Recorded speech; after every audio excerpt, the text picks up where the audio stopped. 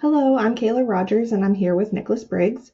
We are VA accredited claims agents here at Chisholm and Kilpatrick, and the question we're going to answer today is, what evidence should be included in a VA claim? So Nick, can you get us started with what are the downfalls of not including the right evidence for your claim?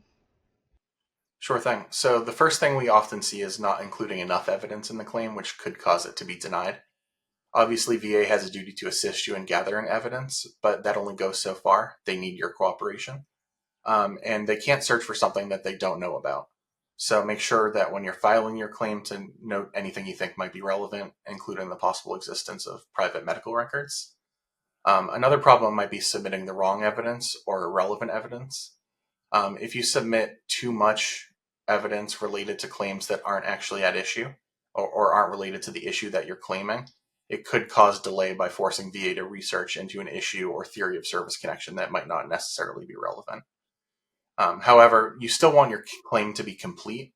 You don't want to miss evidence just because you're worried about submitting too much to VA. So what you should really want to focus in on is including all of the evidence of your symptoms and anything you experience on a day-to-day basis, because even if you don't think it's relevant, VA might find that it is relevant, and it could cause them to adjudicate secondary conditions that you might not have even considered. At the end of the day, there's a lot at stake here, so it's understandable that there's a lot of stress around this point when veterans consider filing their claims, because there's no real manual telling them what they can and should include at a given point in the process. Yeah, absolutely. And let's talk about all the potential evidence that a veteran should consider. And before we dump all of this information on you, spoiler alert, we are going to finish by talking about the CCK VA Claim Builder.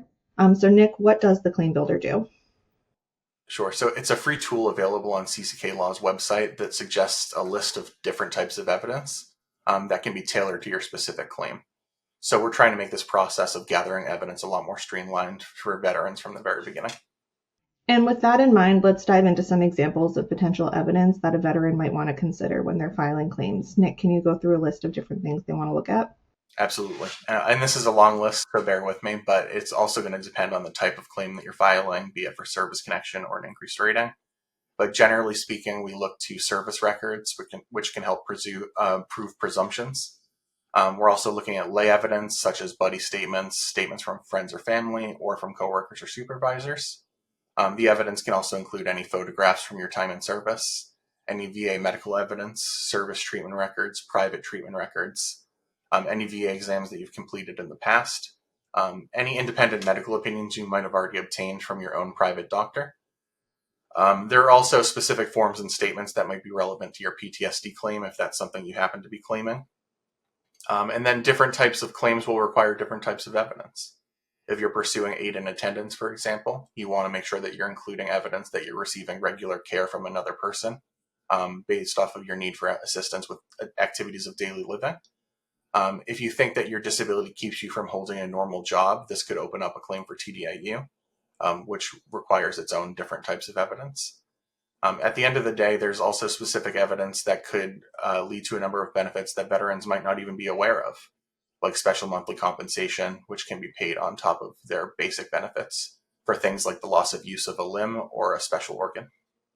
And that's a lot of different options for veterans to sort through and try to figure out what's relevant for their claim. So how does the CCK VA Claim Builder help them sort of navigate that process?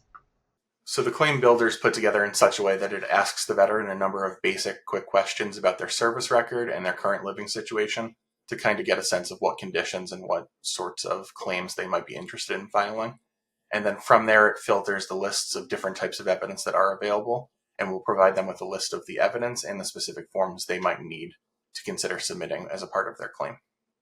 Great. And you can find the CCK VA Claim Builder at cck-law.com. You can also find other free tools like calculators for disability and VA back pay. And if you don't get a correct decision from VA, you can use the form on our site to request a free case evaluation from CCK Law, so we definitely recommend checking that out. Don't forget to like and subscribe to this video for more VA tips and news, and take care.